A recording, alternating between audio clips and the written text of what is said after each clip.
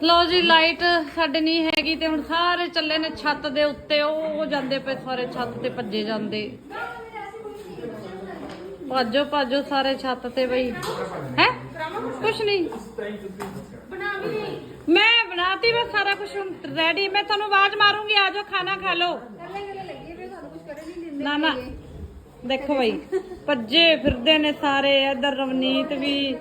ते मैं खड़ी हां इत्थे इधर आ देखो भाई आंडे उंडे बन रहे ने इधर किचन दे विच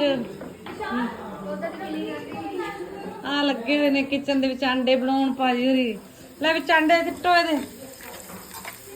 ਭੁੱਜ ਗਏ ਜੀ ਆਂਡੇ